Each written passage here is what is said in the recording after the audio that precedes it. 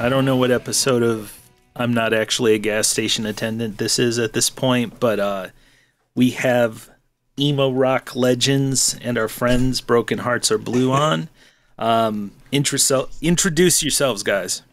Well, I'm the most important person in the band. I'm the drummer, Broche. True. So, you know, Damn. I'll go first. No one else wants to chime in. I'm Dan. I'm Dan, the bass player. We're the only guys. Where's Brian and Ryan? I'm reconsidering, admitting to my role in this band, but I'm Ryan, the singer. And Brian's still back in 1997, so. I don't know where he is, but I think we lost Brian. Uh-oh. We lost Brian already. We'll come back on. We'll fix it in post, right? Yes, I'll fix it in post. Am I on this fucking thing now? Oh, there he is. What the fuck program is this? Oh, we're keeping that in. Definitely. Edit that out, but I cannot. I feel like I'm fucking 87 years old. You got it. It sounds great now. It's perfect. It's All right. Yeah, you sound great. Okay, Brian, I'm the guitar player, second guitar player, of course. First was Charles Lloyd Wood. So I remember Dan. I'm just kind of trying to get to the origin of Broken Hearts Are Blue or whatever. Like, I remember Dan telling me, and I think Andy Cornell, that he was in a band with Ryan and Chuck from Vine. But how did it come about, I guess? How did you guys get together? So I don't know who told me that Chuck had started a band. It may have been Paul Bear, but somebody told me Chuck was starting a new band with the dude from Screw Tape. What was his name? Craig Verity.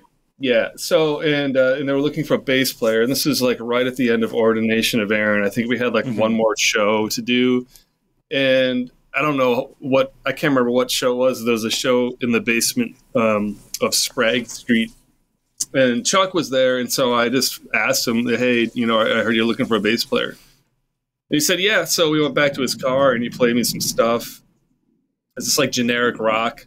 But I like generic rock, but it was like, it was like typical Chuck Wood, just like straight rock riffage, And then so I went and played with him and Craig one time. And I don't think Craig liked me very much, or maybe he just wasn't into it. I don't know. But like immediately afterwards, Craig decided he didn't want to do it. So that's when Chuck and I started looking for a drummer. Mm-hmm. And we tried like every drummer in Kalamazoo, like everyone who played drums, like they tried out for what would become Broken Hearts Are Blue, and no one wanted to do it. No, you didn't. And I don't think Chuck was. Okay, sorry, I don't think you were there at that point, Ian. You were gone. I wasn't. No, I know. I'm just kidding. But I don't know. No one was a quite fit anyway. At least the impression I got that no one wanted to do it. Sure. And then so Derek and I were friends, and I was roadieing for Jihad that summer. In Jihad was playing shows with Derek's band Gregor. And Derek, I don't know if it was Ann Arbor or Ypsilanti. It may have been Ann Arbor. Where I told you, I was like, hey, I'm starting a band with Chuck and we need a drummer. And you were like all over it because, after that tour, Gregor was going to break up like immediately after that tour. And so after Derek came and tried out, and then he joined the band. And then we did the same thing with every singer we knew. We tried every single singer before we convinced Ryan to try. Yeah, that was a long road getting Gage on board. Yeah, was Gregor was basically Current without Matt Weeks, right? Yeah, it was terrible. I don't know. No, I mean it was great. It was just me and LeBeau and Albus, and it was fun enough. But without Matt there, kind of like really steering out, or kind of filtering out a lot of the junk. It was just kind of like, just wasn't very good. Like there's just no focus. There was no real vocals. It didn't work, but it was sort of that little temporary spot in between, what was Current, which was, really important to me. And then transitioning through to like Broken Hearts, which is even more important. So it needed to be there, but it was certainly not anything very memorable. If I recall it, it sounded like Smashing Pumpkins. Is that accurate or? I don't really know what we were ever trying to like. If you remember, there was a band around called Calm that was. Yep. Yeah. Yep. So at first it was kind of like that we were just aiming for like literally just playing music and no singing. And then that just kind of didn't work. But then we didn't want to find a singer, so then Justin decided he was going to do it, and he was never comfortable with it and didn't want to do it. So, that just leads you to, the way the vocals were just not very good. And, the music was okay, I suppose, but, not nearly as focused and organized, I suppose, as Current ever was.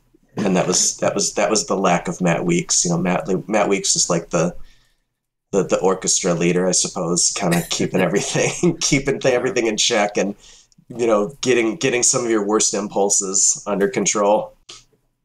When you got the lineup, did everything kind of fall together when you guys started playing, or did you have to really like?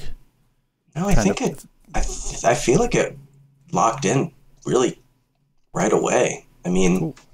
I feel like they had, Dan will have to correct me, but I feel like they had a couple of tunes put together, and then I just jumped in there and we just kind of smashed through it. Well, I mean, we must have been moving really fast because we were literally only getting together like on a weekend for a couple hours at Dan's parents' basement. So. We were, for the short amount of time that we had getting together, we cranked through a lot of stuff really fast. So we must have been doing something right. I'm really Did you guys ever... I'm sorry, go ahead. I was going to say, I'm interested in Ryan's impression of like the beginning of the band, because in my mind, he didn't really want to be in the band, but he kind of did because there was nothing else going on. And maybe, I don't know if my impression was that Chuck kind of like talked you into doing it. I don't know, Ryan. What are your thoughts about that time? I honestly don't have very concrete recollections of how I was asked. I was finishing up school, and I think I may have been starting to substitute teach, and was just exhausted every day. And I don't remember thinking to myself, yeah, I need to be in a band. I was probably still once in a while going out to shows and stuff, but I don't remember how he approached me at all. He probably just said, hey, give it a shot, come see if you like it. And I must have liked it enough to stick around. Or maybe it was Dan's parents' cereal pantry that I was able to access during downtime. I don't know what was the motivation, but it was the football games on the couch with Gil Bittner. Yeah, probably. Well, Derek, maybe you remember this, but I remember we had tried with a few different singers. We tried Drew Kramer, we tried Ann Hensley, and then we auditioned this, he auditioned for us, this like no-name college guy who sang like Smashing Pumpkins. What was that? I don't even know what the name of that song with like the bells in it. Boom, boom, boom. He sang that song like in perfect Billy Corgan voice, and we're like, this guy has got to go. But and we were like, but I remember Derek. We were like, well, why can't Ryan just come sing for the band? And I remember Chuck being like, well, no, he's this and that, and blah, he's. But then it was like, well, I might be able to convince him. And then like the next week, I was like, yeah, so Ryan's going to come check us out. But once Ryan started singing, it was like everything just locked in, and it was like perfect. It was like perfect. Yeah. Yeah, that's totally how it was, because I do feel like there was a process where we were like, why isn't Ryan coming here? Like, he would be perfect for this. And I don't know, maybe it was Chuck that was kind of being hesitant and just didn't want didn't want to approach it. I don't know what it was, but whatever it was, it took a little bit. But yeah, once Gage was down in the basement and we were just like actually playing songs and stuff, then I think it all locked in fast. Did you guys ever practice in Detroit? Was it always you driving 2 hours? Towards the end. Towards the end, we were practicing in Redford. Yeah. Chuck was living in Columbus at the time, so it was easier to actually practice in Detroit. Oh, okay. Near the end. I didn't realize. I mean, I remember he moved to Columbus, but I didn't realize you guys were still together at that point. Yeah. Yeah, that was it. Got challenging towards the. I guess that would have been the summer, fall, maybe 96. That was the spring, or maybe it was the spring. Yeah. Okay, you're right. I know it was becoming more difficult towards the end. There, it was like Chuck was coming up from Columbus, and you guys are coming from Kalamazoo, and there was a lot of Little Caesars buffet consumed in those visits. So, yeah.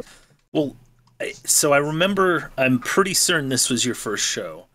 It was at the Comet, and I want to say it was with Chicks Dig It. Is that right? Or was it West End, maybe? The first Broken Heart show was played with my band at the time, Fletcher and Trokar. Yeah. Trokar, yes. Trokar? But wasn't... God damn, I mean, I know I was at that show, but for some reason in my mind, Chicks Dig It played it, but that might have been a different show. Brian, I thought you played solo that show. No, that was Fletcher. That was... Yeah, you covered that song. OMD. If You Leave. Oh, yeah, If You Leave, we played that night. That's right. Good recall. Yeah. Wow. Yeah, it was... Yeah, I totally remember that now. But for some reason, I thought there was a touring band on the bill, but it's entirely possible that was definitely not Chicks Dig It. I would have remembered that. You can actually hear Brian heckling us in the back in the video of the gig. I thought that was Lacombe. It was actually Greg Purcell. It was you and Greg Purcell and Melissa Favara.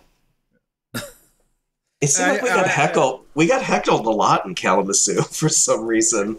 So that being said, do you think that like you kind of had to fight? Not really like fight, but you know what I mean, like win acceptance because you. I don't know. I don't know if I ever cared. I don't know if I cared about getting heckled. No, I do specifically remember you guys got heckled at the Detroit Fest. Probably. You're thinking of the Columbus Fest. The Columbus Fest, we got heckled. Yeah. Oh, really? Okay, I thought it was the Detroit Fest. But you guys played Detroit Fest. It was like a real big shit show. Yeah.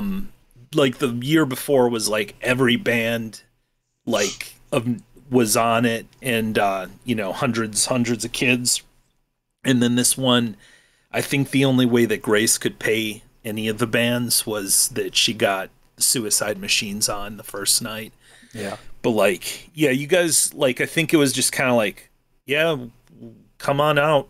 I don't think you were on the show, but it was on the show. But we had just finished practicing in Kalamazoo, and we were sitting in the Comet, and we knew the fest was going on in Detroit, and Derek was going home anyway. So I called the whatever that is, the VFW or whatever that hall. I got the number and got Grace on the phone because Grace and I were friends, and I said, is there any way we can get on?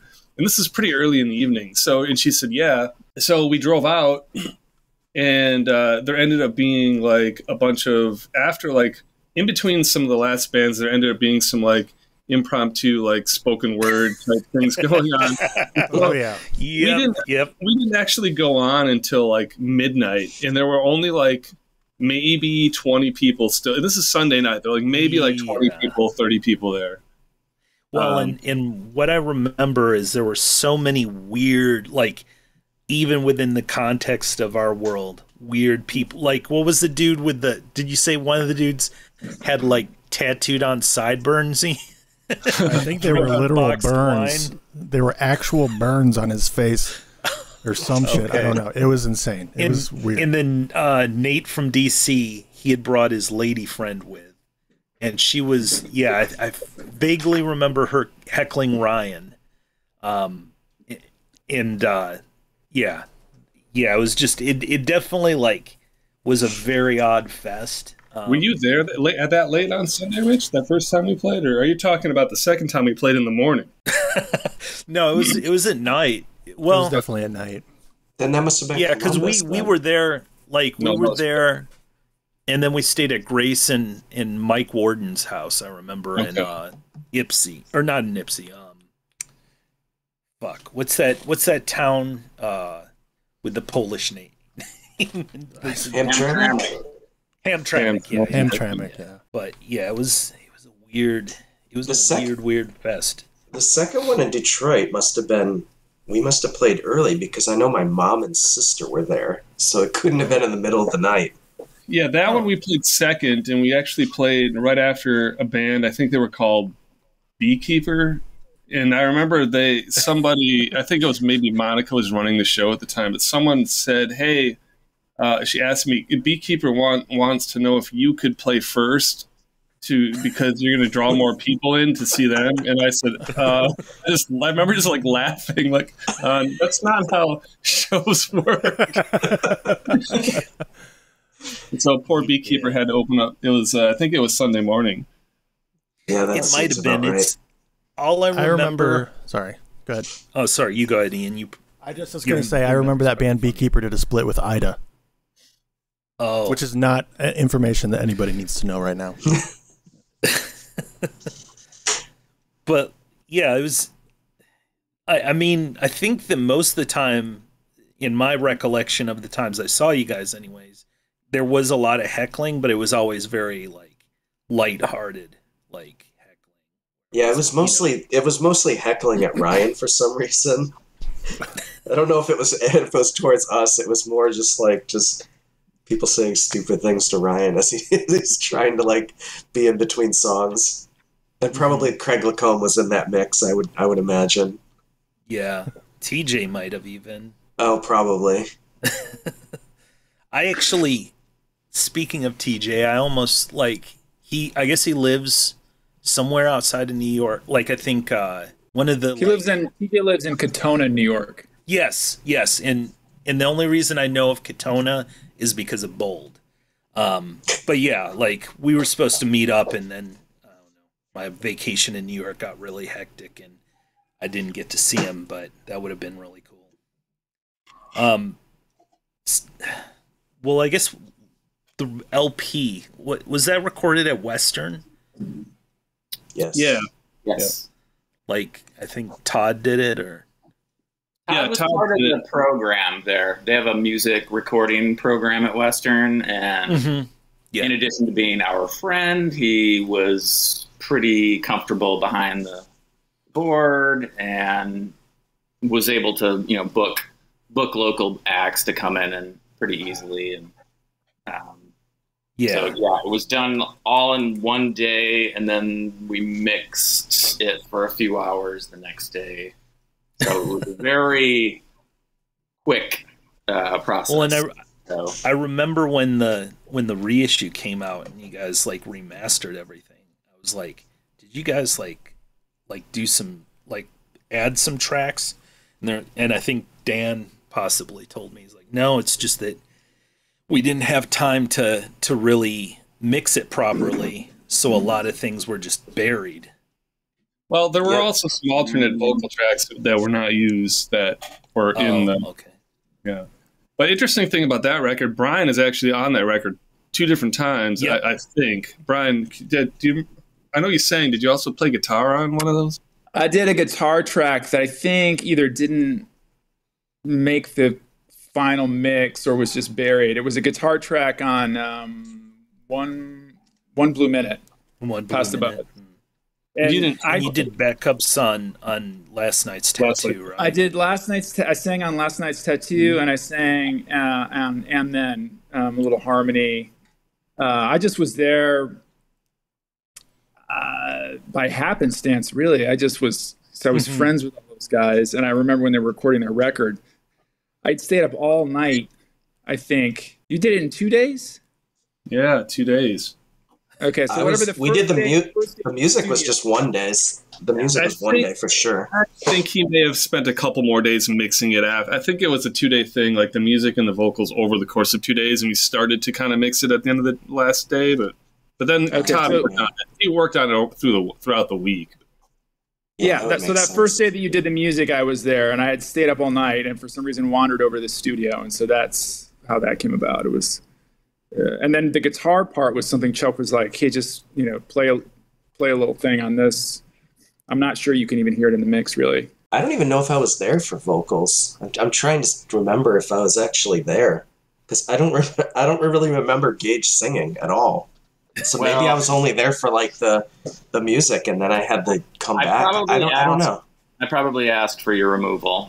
That's probably true. And yeah, we actually slipped on the little acoustic song at the end when Dan and Derek weren't there. It was just Chuck and I. And I don't know if we were playfully trying to pay homage to the Beatles and that last song on Abbey Road that some engineer that was on the album actually somehow put on the record. It was not, I guess, originally supposed to go on there, the Her Majesty part. Yeah. But I was like, hey, let's just sneak on one of these songs here. And so it was just Chuck and I that did that. Well, I think Chuck. Whoa. That's my noise. That's mine. That's me. I think Chuck was not happy with 525 for some reason, and I think Ryan might not have been happy with it too for whatever reason. And I think that was where the acoustic number popped in the mix. It was like they really wanted to ditch one of the songs, and that would have made for a short record. Yeah, that was kind of weird. I can't remember why we wanted to get rid of 525. It just wasn't super strong. It's still one of my favorite choruses, but it just wasn't strong. Something about it wasn't that tight. I mean, even on the remix thing, you can hear like it's good enough, but it's not great. I mean, there's a couple of little flubs here and there. And my most memorable part of that session was we're taking a break and we're outside leaning over the handrail, and I was wearing a tight white T-shirt, and Brian was next to me. He looked at the tag and was making fun of the fact that I wear a small size small. He started laughing uproariously. Well, you were a skeleton. You're 6'4". I know. Wear a size small T-shirt from JCPenney. Was Caulfield already in the mix before the LP was recorded? I feel like I vaguely remember you guys kind of shopping it around, but no, I think that was all kind of like, yeah, we're gonna do it. I was buddies with Bernie, and Sideshow had played in Kalamazoo quite a few times, and I think Bernie and Chuck had kind of developed a good relationship, and I feel like that's kind of how it came about.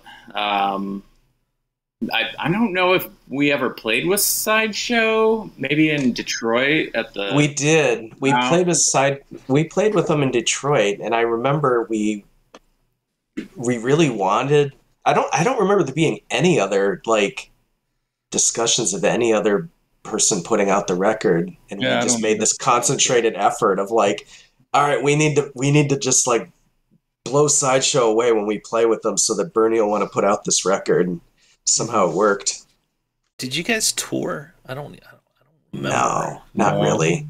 Some here and there shows. We played Eastern and Western Michigan and Ohio and Indianapolis one time. Did you play one of those fests in Indy or? No, we played in the sitcom, and when the sitcom moved to the basement, kind of like in the second reincarnation of it. It was it was with Braid and then some other bands, but we did play like the Columbus Fest. Yeah, and so we didn't play anywhere else other than those three states. It was such a hard band to do much of anything, so the idea of touring was like never in the cards ever. I mean, it was try to practice a couple times because we could only do it on the weekends. Everybody was like super tied up with a lot of different stuff. Yeah. We would practice on the weekends. We would try and squeeze, 2 of those weekends would be like shows, and it was incredibly difficult to make this band work, but we did as much as we could. And also, keep in mind, Derek lived 3 hours away. Yeah. That was not easy. Yeah. That's a rough trip, even. And then even at the end was even harder than that, with Chuck being in Columbus, and Ryan was kind of he was one step out to Denver at the very, very end. I think we were just begging him to stick around just a tiny bit longer. I don't remember there being begging involved. No, but you were. I don't think we did anything at all at the beginning of 1997. I think we were completely on ice for a minute there, and then somehow I think we felt very obligated to play one show because the record had just come out, and we were just like, the record just came out and we're already like pretty much finished. So yeah, that was the Detroit Fest, wasn't it? That was the last show we played. Yeah.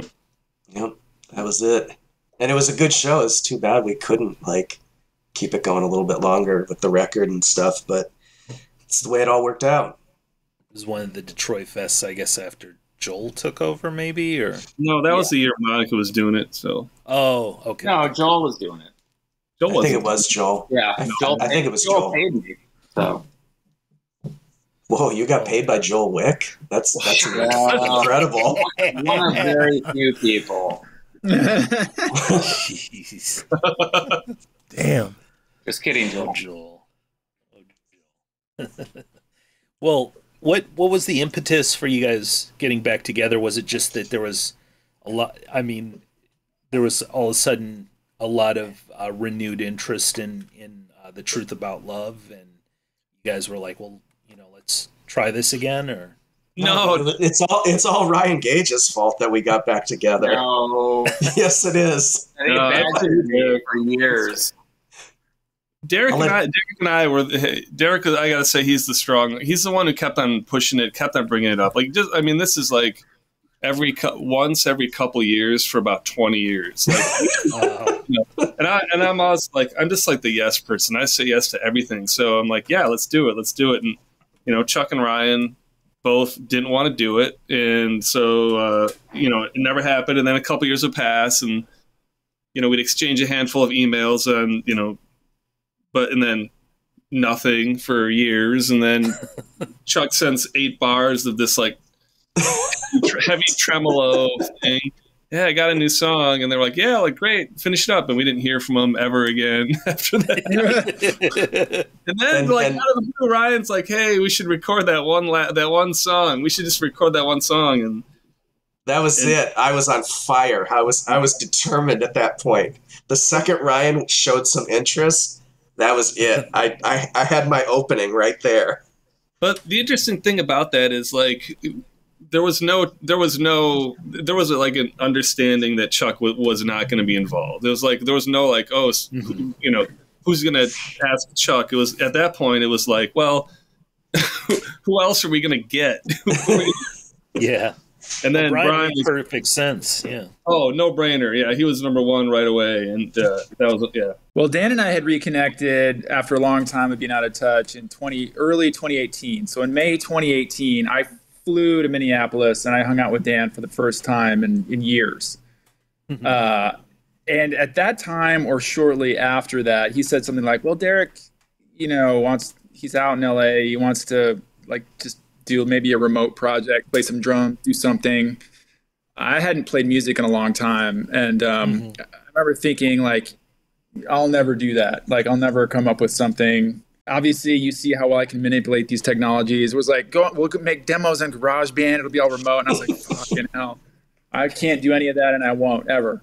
And then that's what I thought in my mind. I'm sure to Dan, I was like, yeah, sounds cool. But then later that year, like in November or October, something like that. And Dan and I had, in the meantime, talked a couple more times about like, yeah, maybe we'll do something, some unrelated project. But in October or November, Dan called and said, Ryan wants to re-record, I guess it was one song or maybe two that you guys had never actually tracked. It turned into three. It turned into three. Well, at that point, once we all were making travel plans, we're like, well, let's just try and do an EP if possible. And so then it turned into three. And then Dan called me like just days before I was going to fly out. Meanwhile, they had sent me these like really shitty live recordings of the song, one of which I knew. Because like back in the day, like I was very good friends with Ryan and Chuck. And so I was always over at their apartment on Walnut Street. Like Chuck and I would play guitars all the time. And like he showed me, not like giving me lessons or anything, but like just fucking around, like just showed me all the Behab songs. And so one of them I actually knew, which at the time that they were playing it live was called Recitation of My Love for Those Who Reproduce, I think. Who can reproduce? Who can reproduce? The worst song title of all time, probably. I always actually kind of liked that title. It ended up becoming Here Is Always Nowhere. But anyway, I knew that song. So I had to learn the other two. No, that's not true. I knew two of them. I thought you knew them all. No, the only one I had to learn was the one that ended up becoming Late Night Walnut Street. And that was the one that had the really dim audio that I had to sit with, like looking at this Zapruder film, like trying to figure out it was tough because the audio was so crappy. So that was the one I had to figure out. The other two I knew from back in the day. And then Dan called just days before I was going to fly out there. And he's like, because at that point, Derek, I think, had done drums or was doing drums at a studio in LA, but then he was going to fly to Minneapolis. And so the thinking was, well, he could play drums and we could do a brand new track. And that's when it switched from being just like getting these old songs to thinking maybe there's new life there. Did you already have Murder Mysteries ready to go? I can't remember. It was just weird timing. I had written this song called Murder Mysteries that was Behabish, kind of Behabish. And I thought, and then the minute Dan said that, I was like, I have the perfect song. And so that was just, I don't know, that was something in the air, just good timing. So I happened to have that song, and that's the one we did, was the first new song. And the recording for the drums for those three songs were equally as difficult as Brian's tasks were, because I didn't have anything to go off of. I had the same like shitty recordings and stuff, and I probably hadn't played drums in, I don't even know, at least 10 years or more. And it was just, I had this just idea of like, oh, well, I'll just do the drums like here in LA. This was probably step one that probably got everything going. I was like, all right, well, I'll just do the drums, and we'll give that to Dan in Minnesota, and they can do their thing. So for the drums, I just went into a friend of mine's studio, and it was like on a Thursday night or something, and I had these crappy like cassette recordings, and I think two of the songs I feel like I put the shitty recording in my headphones, and then I put a click track to follow, and those two were fairly straightforward. They weren't that difficult to get through. Even though I suck on a click, it still worked out okay.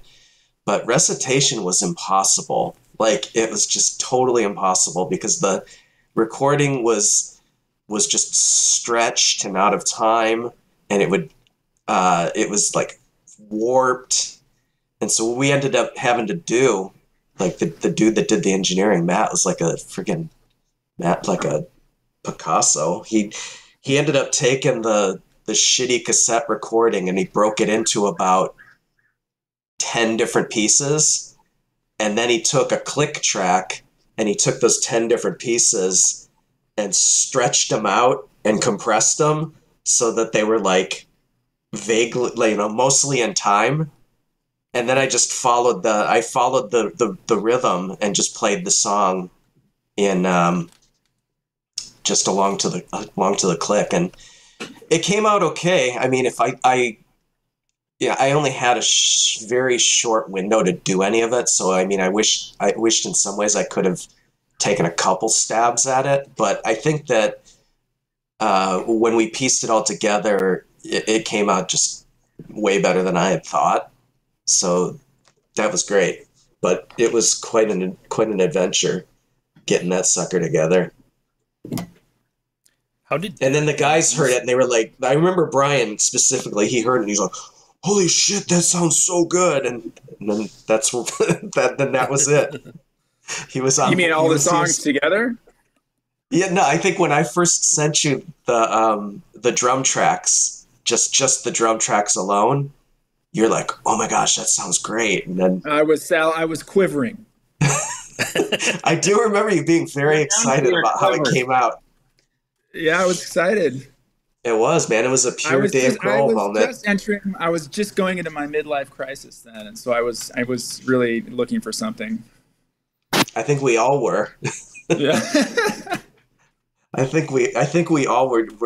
It was the perfect timing for every one of us, because like once the BHAB train started moving again, it was just like it was like the void that every one of us seemed to need at the time. And still to this day, as we're looking at demoing new songs and things, I'm like, I still need all of this just as much as ever.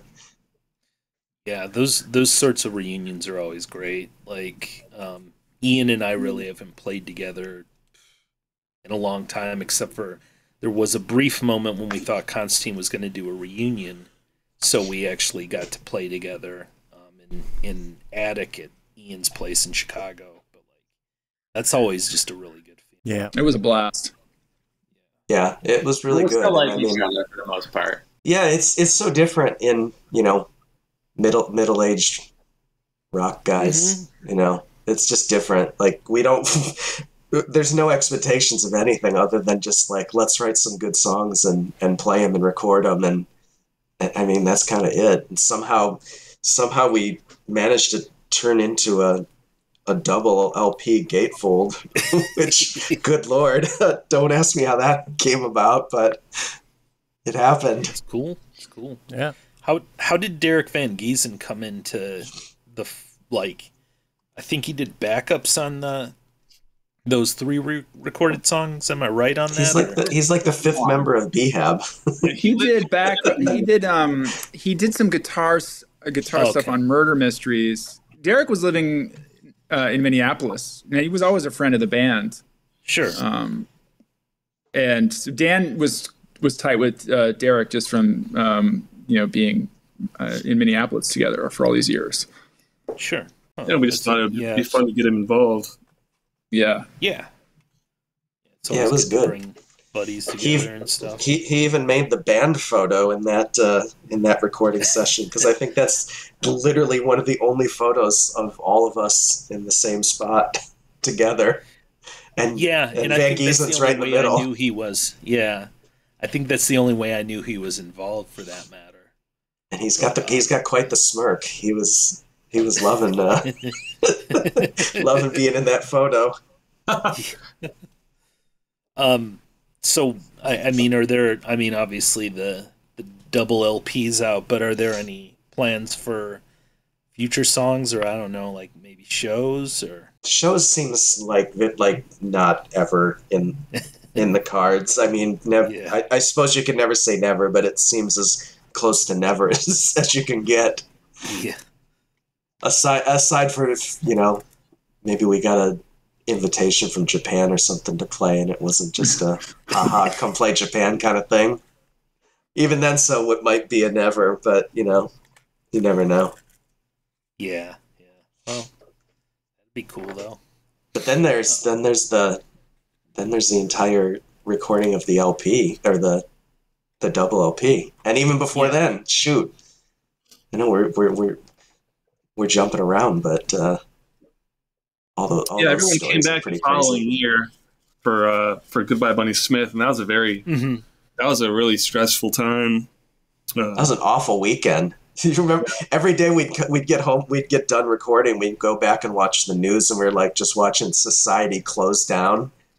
It was that weekend that everyone remembers where, like the NBA can't, like everything just slid into chaos, and we came within a hair's breadth of canceling that, and I don't know who was. I definitely would have canceled. I was. It was probably me. We had to talk you off the ledge a couple of times. Yeah, I remember bugging out. I was bugging out. We picked you up outside the train station, and you stepped in sat in my car, and the first words out of your mouth were, "I shouldn't be here right now." Well, it was that moment when no one knew, like, is this disease going to spread, across the globe and decimate half of humanity, or like no one fucking knew. And so, but then these guys were like, yeah, let's just go down to this fucking basement, in this freezing basement. And like every time we would emerge, like Derek said, there would be like, the stock market has crashed. Another, like, like all of just movie theaters, like just everything was, and then we were like, okay, I guess we'll go back down. And that's why that, even though we had written the songs, but prior to that, something about the jumpy, anxious feel of that EP as a whole, it's got these really wacky songs. I don't know, something about that seems appropriate to me for that reason, because we were all kind of, or at least I was just so disoriented the whole time that I was there. No, there was a certain point where I was thinking, I think it was like Sunday night, and just everything was just falling apart. I was like thinking me and Brian were going to have to drive back to California because I was convinced that the airlines were going to get shut down next.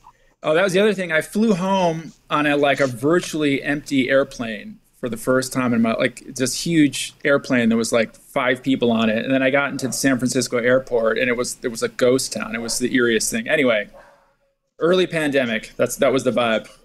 Yeah.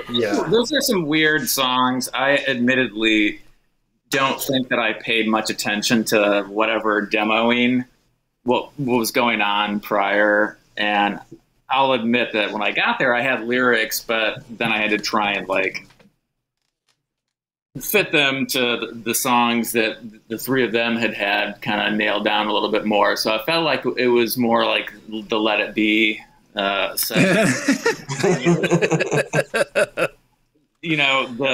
piano song, I can't even remember. International Velvet. That was one take. I just Dan had this piano part, and I said, well, let me give it a shot, and that's what that is. So there wasn't a lot of planning on my part, and I think the vocals on, I think Goodbye Bunny Smith came out really well, but it was a struggle, I would say. Well, we hadn't quite figured out how to demo anything either yet. That didn't come along until after, and then we started figuring out how to get a little bit better with it. And because I don't even know if we were using GarageBand. We were, but Ryan wasn't at the time. Yeah. But there was also a little bit of Dan. Dan had this he was I came up with that song, Do You Wanna, and that was not meant ever to be a Broken Heart thing. He insisted. Well, no, it's just how Dan earlier was yeah, I'll say yes to anything. I sent this thing to Dan, just oh yeah, listen to this thing I came up with. He's like, yeah, we'll do it for BHAB. And I was like, what?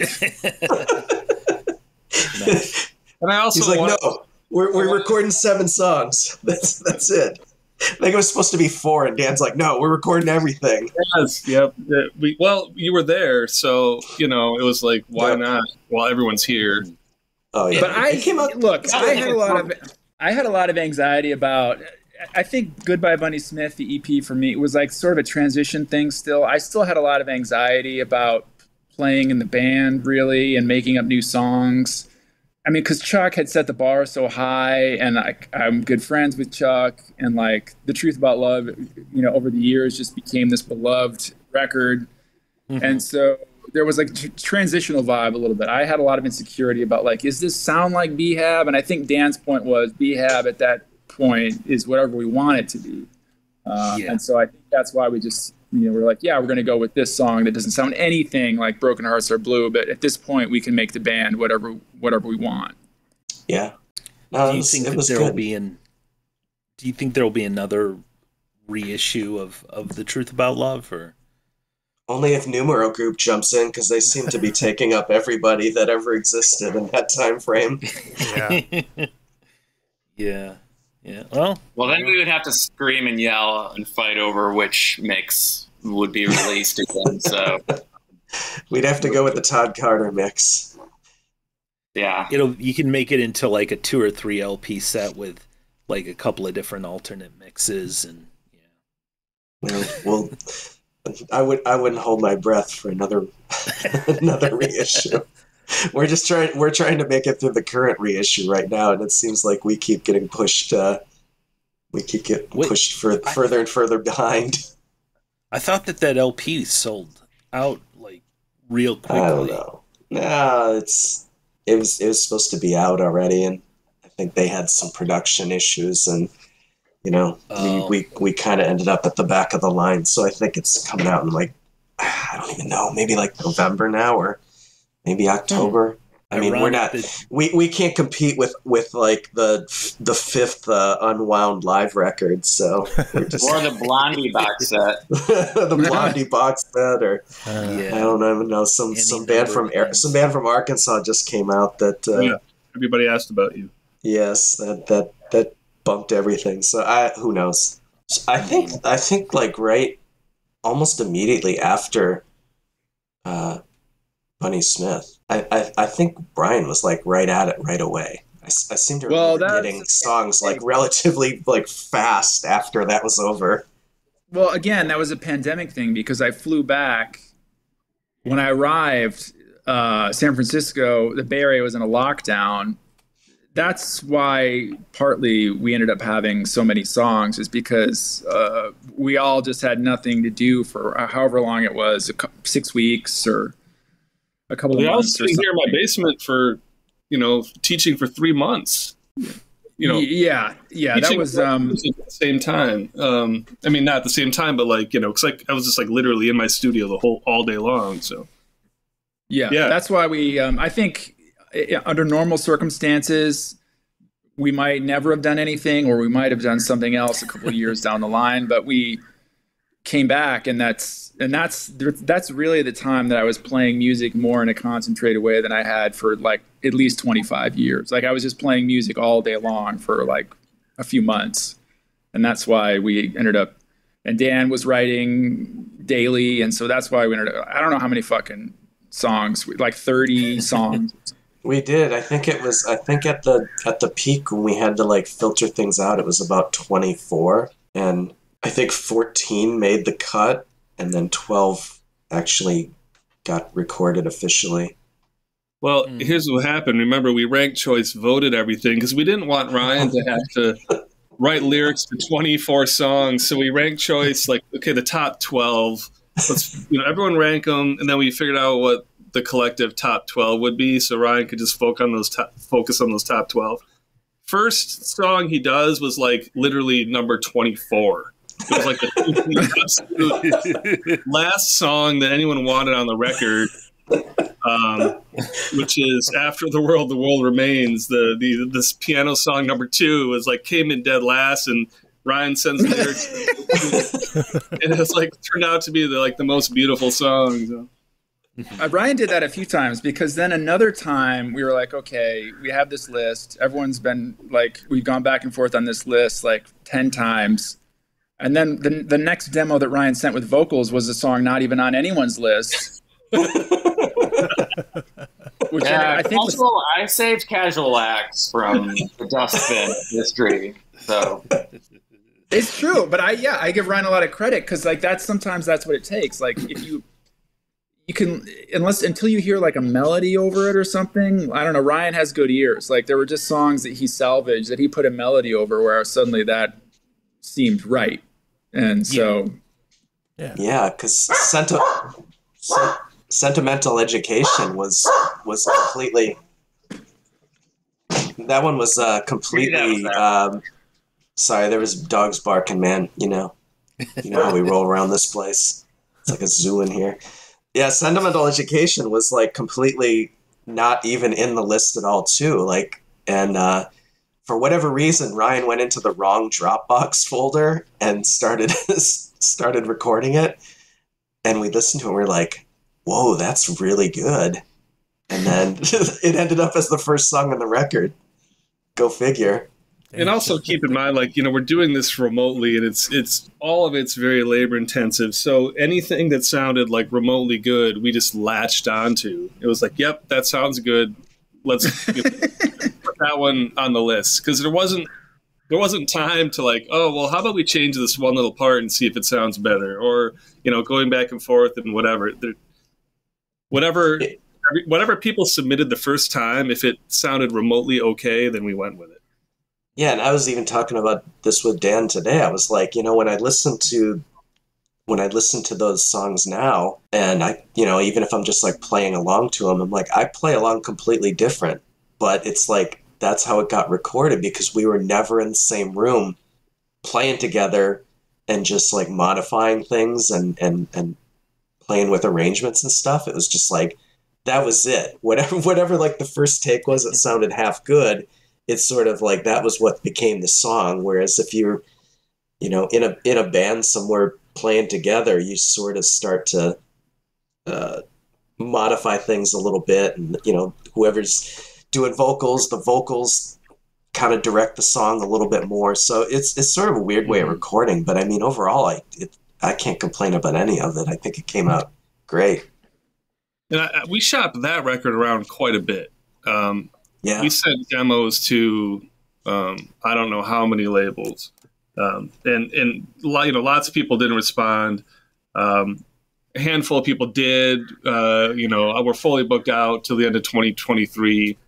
Then like only a couple labels were like actually interested, and one of them was Council, and we just, you know, naturally had to go with Matt because he had put out our music before, and he's a great friend, and he's, you know, we like the way he does business. So, but we did spend a lot of time trying to get other labels involved in that, or interested in that record. That's a funny story too with Council, because like, obviously I'm like really close with Matt, and during the whole time that we were like shopping things around, he was like one of the people that was just like listening to me constantly complaining like, man, this thing's never going to come out. Nobody seems to want it. Like, I was super sad. And I never even thought to ask him. I mean, he was kind of like reactivating Council at the time. Yeah. And I mean, I don't really know why I never asked him. I think I was afraid maybe he didn't like the music, and I didn't want to feel like, you know, hey, put out my record. But I didn't want it to feel like Ordination of Aaron, where like, he put out the record and he hated it. Like, that just was haunting. And I couldn't do it, so I never even brought it up. And then finally one day he was just like, hey man, you know, like, if you wanna, you know, if you want me to put out the record, he's like, I'd love to do it. And then he started telling me he actually was like listening to the record, and then he liked it. And then I was like, okay, it doesn't feel like Ordination Aaron. I think this could work. Like, I think he would actually like to put it out.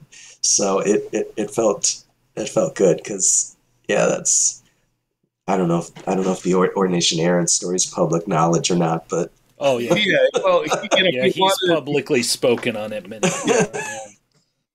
He's made his money back on that record. He did okay. But, I think the quote, granted it was 20 years ago, but I think the quote was, the only record I regret putting out is the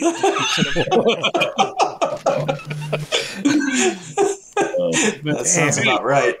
He might still have a couple hanging around, you know, they're worth money now. But yeah, when we started talking about like the actual packaging, so we had a problem, and the problem was we had too many songs for just one record. But you know, so we're like, oh, you know, it'd be really cool to do 2 records. We didn't think anyone would want to, so we thought we'd have to. What is going on with those dogs, Derek? Jeez. Dogs barking. So we're having a meeting with Matt, and we're like, it would be really cool if we could do a double LP. And Matt's like, yeah, let's do it. And then we're like, you know what else would be cool if we could do like a gatefold LP? He's like, yeah, let's do it. And they're like, it'd be really cool if we could do 180 gram vinyl. He's like, yeah, let's do it. Like he said yes to everything we asked for. So yeah, it was wild. That's awesome. Yeah, well, and he's in a good position as far as labels go because there's a good pressing plant in Chicago now, so it's like pretty easy to like get things done. Yeah, we did not have to wait long. I mean, what was it, like 8 months? I don't know, but that's actually pretty good nowadays. Mm-hmm. It wasn't that bad. I mean, all things considered, everywhere was like super behind schedule, and I think Matt slipped in the back door with the record because right after we jumped in there, they just put a full stoppage on like everything at the pressing plant and was like, all right, it can only be, I think it was literally like Chicago bands only or something. So we just squeaked in there and so that they could catch up. And I think they caught up pretty good because I think he just got the Wrong War record back in like a couple of months, less than 6 months for sure. So I think things are a little more normalized than they were. Same with that Kirkby Kiss 7-inch. I think that only took a month. Yeah, so it's cool. It's a little bit better than it used to be. For sure. Well, I don't know. I feel pretty good about this. What do you guys think? Yeah, not bad. I feel like we have to circle back a little bit, this can lead to a wrap up. But like, just reflecting on Broken Hearts are like. The truth about the more time passes, just the stranger it is. The stranger it seems to me that band even existed in that time and place. With Ryan's interest, like playing songs about like Natalie Wood and James Dean, like at hardcore fests in the late 90s. Yeah, like 5-minute, like snail's pace, like love songs. I don't know. It just, at the time, it seemed like, oh yeah, this is my friend's band. They're great. I love them. Mm-hmm. But the more time passes, like the more it just seems like, what the fuck? I don't know. I don't know. It seems like almost a transgressive act having Broken Hearts Are Blue, like materialize at that time and place. I think that could also be said for Fletcher to an extent, probably. Like, maybe. I don't know. I always felt like Fletcher. I mean, Fletcher was always, to me, like, I guess we felt a little out of place. It was always a strange thing because, like, the bands that, like, Jihad and stuff, I was like, what is this fucking garbage? Like, Jesus. like, and I love those guys. I love those dudes, but it was like, and I guess I never was like a hard, like, in terms of that style of hardcore that sort of like wannabe like metal hardcore by like guys who can't actually play guitar like that. You know what I mean? Like, Jesus. Is this harsh? No, I don't feel like that's harsh. And like, I love those guys. We played with them. We went to many shows. Like, it was a lot of fun, but like, I was like, why is this huge? And I never saw the appeal, but that's just where my own tastes lie. You know, I was always more interested in like Jawbreaker type, moody, melodic. Like, I just wanted a melody. Like, I needed a hook, I guess. And I was always a little bit embarrassed to admit that at that time. I feel like that Kalamazoo in particular was in the punk rock scene a lot of the time for me was about like the denial of pleasure, essentially. Like, I think that was everywhere. Yeah. But it was like, oh, do you like, you like this song, you like the Alanis Morissette song? You cannot fucking like that. You cannot ever say you like or like Third Eye Blind, man. Or Third Eye Blind, or whatever it is. Like, you can't. There was like a few things that squeaked by, like Weezer blew up surprisingly, like a few other bands.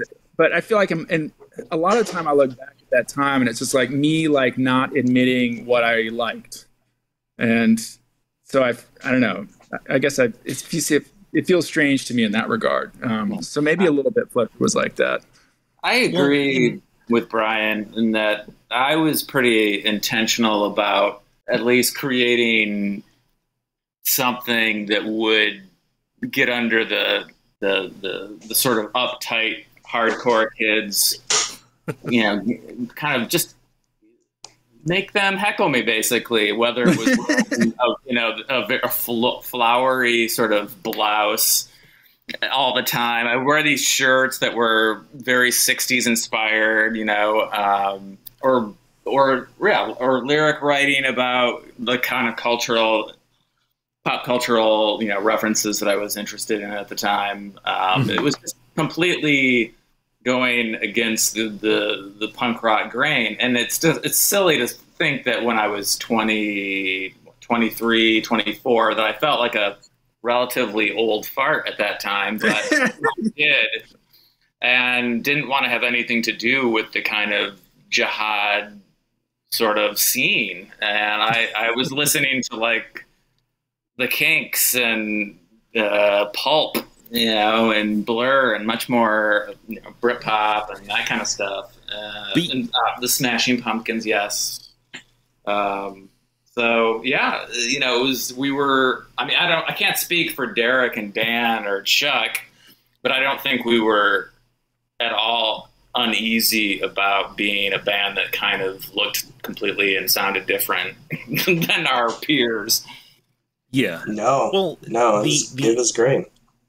The interesting thing, though, to me also about Kalamazoo, kind of tying into all of this, is that none of the bands really sounded alike at all. Right. Right.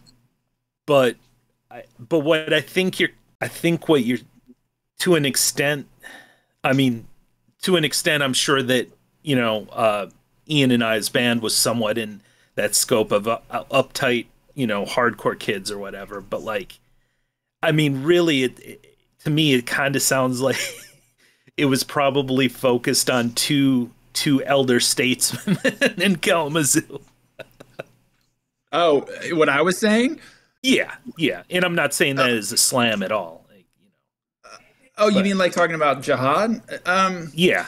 Well, it just was again, it was just more my taste. It was like, yeah, I never was drawn to that kind of music. And I was frankly just mystified as to why, or even Ordination of Aaron was kind of pretty at times. I guess that's the thing, is I felt ashamed that I liked melodies.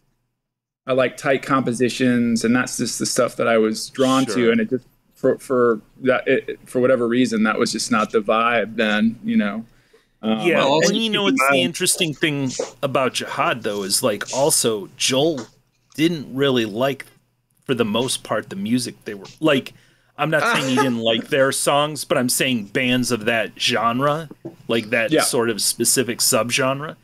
He probably veered more towards your musical tastes in a lot of ways, I would guess. Well, I feel like he liked a lot of rock music. I'll tell you this little quick anecdote.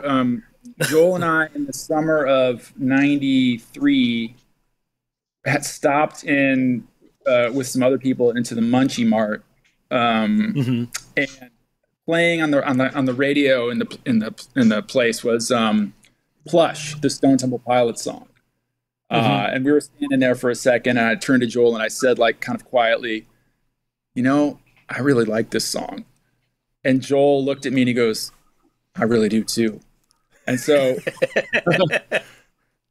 it was almost like we were talking about hey man, where can we score some narcotics? It was this hushed tones, but I think you're right about that. I feel like Joel, he had didn't one of his bands covered that EMF song? Did Spork do Unbelievable? Spork covered Unbelievable. Yeah, they did. Yep.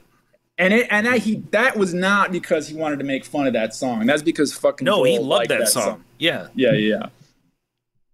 So I think you're right about that. And the one that didn't make any sense was always me, because I really did like all of that kind of metal and hardcore, and I was playing, I was trying to mimic drums by Smashing Pumpkins and stuff. So I don't know where I fit into the mix of anything regarding Behab. I'm super I don't know. I'm You're not a the super well-rounded weirdo in the band. individual. Derek, he continues to embarrass us with his black. He's always wearing some black T-shirt with a metal band on it. No, I don't ever look like I fit in this band. Well, Brian, you have to listen to the drums he just laid down an A minor motorway. It's good. It's not Mr. Halftime. It's. Oh man, I love it. All right, well, we can get into that. We'll get into that later. Yeah, there could be some future Broken Hearts recordings down the line. Oh, nice. The machine is rolling again, so we'll see where that all leads. Will there be some double kick? There will not. There will not. Dan gave me some good references for some. We're working on some new demos, and nice. we're seeing where that all leads. I also want to say on the record here that I think Ryan for the Dark Whimsy record fucking brought his A game. The lyrics and his vocals. Ryan hasn't aged. If you see him in person, you'll see that he hasn't aged in 25 years. Where the rest of us are falling apart, but Ryan, he doesn't need enough. He doesn't need enough Impossible Whoppers though. We gotta up his game there. I don't know what I attribute that to, but other than you don't might be one thing. You're not on board with gas station milkshakes either, so we got to get you up on that too. Well, I'm ready for bed, so all the kids out there listening. Any plugs that you guys want to give, whether it regards Broken Hearts or Blue or anything else you guys are doing? Go buy the record if you haven't. Yeah, and thank Matt Weeks. Thank Matt Weeks for fucking throwing the kitchen sink into the record, because that thing came out beautiful. Yeah, I'm really glad to see Council back. Yeah. Yeah, that exceeded all of our expectations when we finally got it in the mail and looked at it. It was like, holy shit, this thing looks great. Yeah, totally. All right. Well, thanks for doing this. This was a fun talk. Yeah, thank you guys. For sure. Yeah. I'm glad I brushed my teeth for this. I'm glad I jumped in. You always want to have fresh breath when you're doing something like this. It's important for the podcast. For sure. It's for sure. It's only polite. And, well, hopefully I didn't embarrass anyone, because I wasn't sure whether I was going to jump on this call or not. Because I can go rogue, and the guy's got to keep me under control. We can talk Carcass and Napalm Death whenever you want. And Brian, I've kind of brought this up to Paul, but at some point we'd like to do a Fletcher episode too, if you'd be interested in that. Yeah, I'd be interested. I mean, that'd be fun to talk about as well. Paul and I are in touch often. We'd have to figure out, where Dan Storton is at this stage, but that'd be fun. Cool. All right. Well, thanks, and see you soon. Right. Yeah. Bye, guys. Bye. Bye.